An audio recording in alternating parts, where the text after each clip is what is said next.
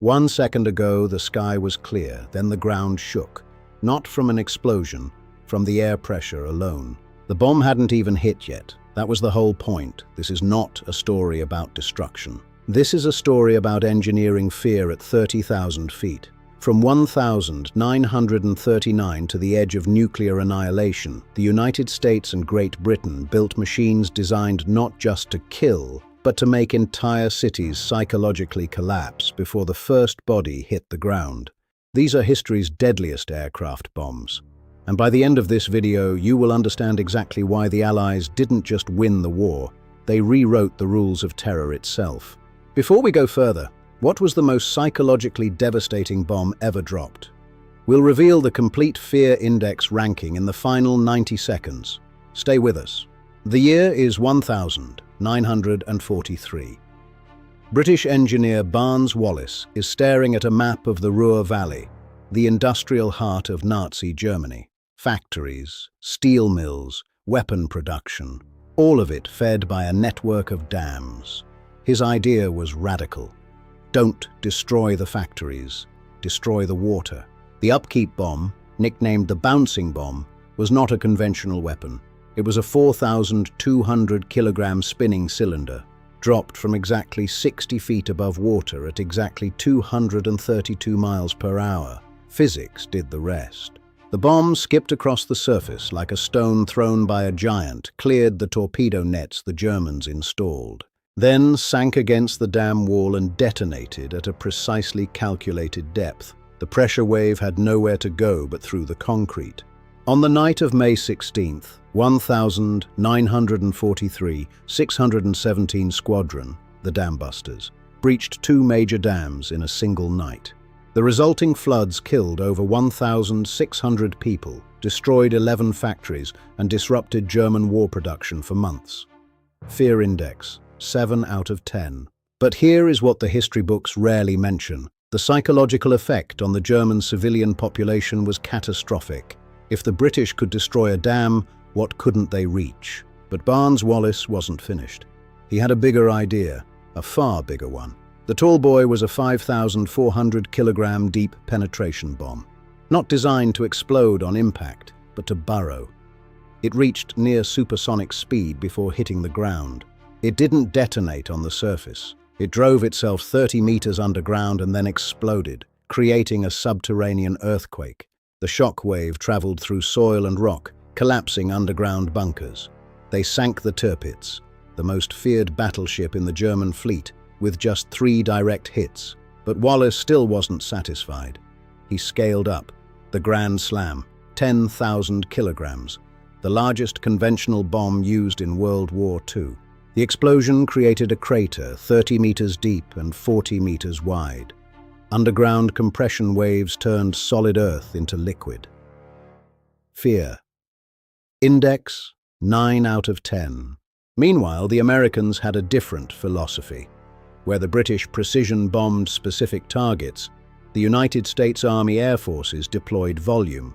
The AN/M64, a 500-pound general-purpose bomb, became the standard workhorse of strategic bombing. Over 3 million were produced. Simple, reliable, devastating in numbers. A single B-17 Flying Fortress carried up to 4,800 pounds of bombs.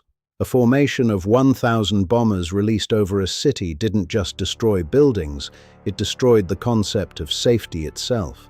Civilians reported a specific psychological phenomenon, the inability to feel safe anywhere. The AN/M64 was not a terror weapon by design, but terror was its most consistent product. Fear index, 8 out of 10. Then came fire. The Mark 77 incendiary bomb, the direct descendant of World War II napalm technology, became the defining image of aerial warfare from Korea to Vietnam. It was not designed to destroy structures. It was designed to burn everything that structures protect. A single Mark 77 released a burning gel that could not be extinguished with water. In Korea, U.S aircraft dropped 32,000 tons of napalm. In Vietnam, 388,000 tons. The fire that couldn't be stopped became the fear that couldn't be rationalized. Fear index 8.5 out of 10. August 6, 1945, 8:15 a.m., Hiroshima. Little boy detonated at 580 meters above the city. The yield, 15 kilotons of TNT equivalent.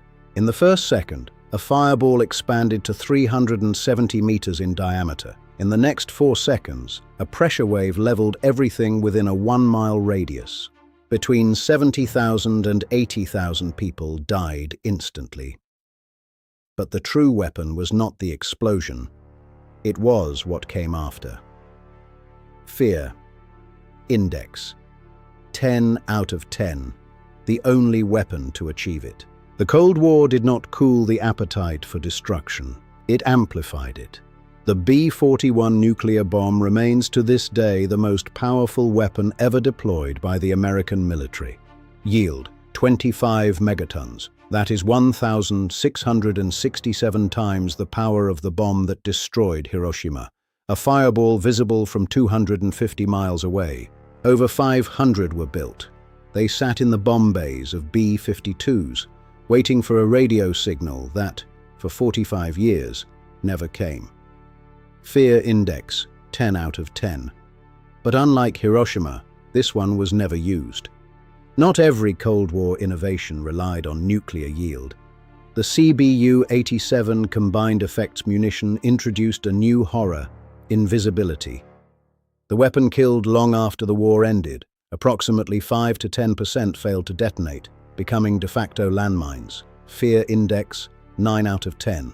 And then there is the weapon that answers a single question. What do you do when the enemy goes underground? The answer was the GBU-28. The message was received immediately by every military on Earth. There is no depth at which you are safe. Fear index 9.5 out of 10. Here is the complete fear index. From the bouncing bomb to the B-41, the most destructive weapon in human history was built, loaded onto aircraft, and flown to the edge. And the only reason you are alive to watch this is because no one gave the order.